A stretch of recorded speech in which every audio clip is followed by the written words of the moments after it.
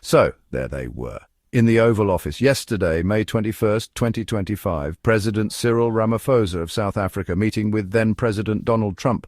The agenda, trade, economic partnerships, mutual benefits, or so Ramaphosa thought, because suddenly it was movie night.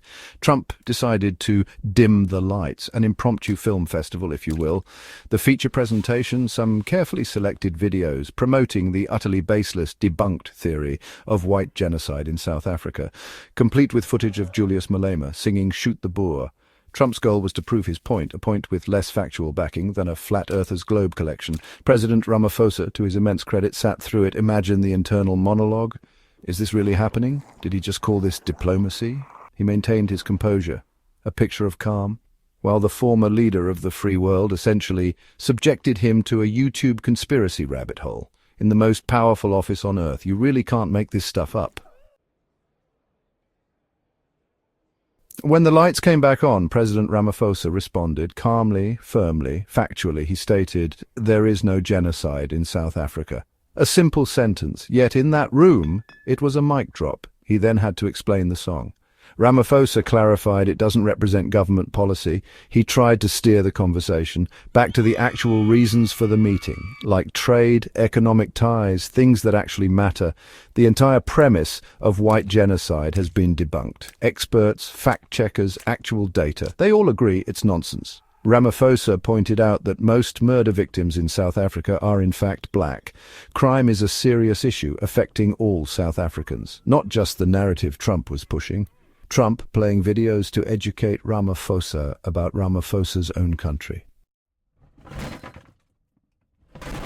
Amidst this vortex of awkwardness, there were some surreal, lighter moments. South African golf legends Ernie Els and Retief Goosen were there, just present. Els reportedly chimed in with, "Two wrongs don't make a right." Then came the golf talk.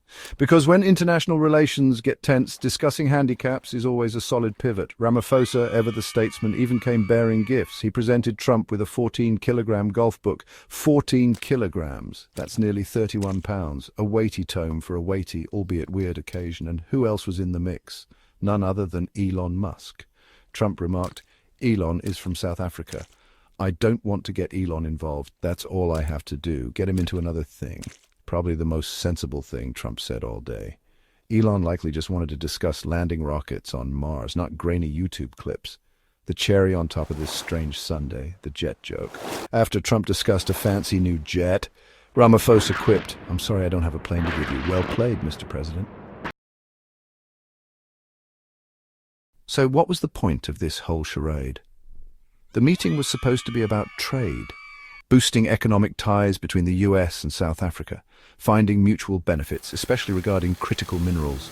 Instead, it veered wildly off course, into the land of debunked theories and awkward silences. One imagines trade negotiators on both sides, just slowly massaging their temples, hoping for a swift return to sensible discussions.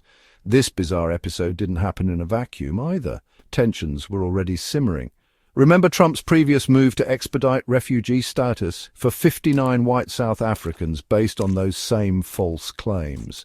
South African officials were understandably worried about potentially losing US trade privileges. This video stunt probably didn't soothe those fears. It was less diplomatic outreach, more diplomatic facepalm, the kind that echoes through international corridors and makes other world leaders update their travel advisories. Senator Jean Shaheen hit the nail on the head. She pointed out that this kind of behavior, this straining of relations with a key African partner, ultimately benefits countries like China and Russia. So, in a way, Trump's attempt to look tough may have inadvertently played into their hands. Despite the drama, Ramaphosa played it cool afterwards. He publicly stated the meeting went very well, expressed optimism like a true professional.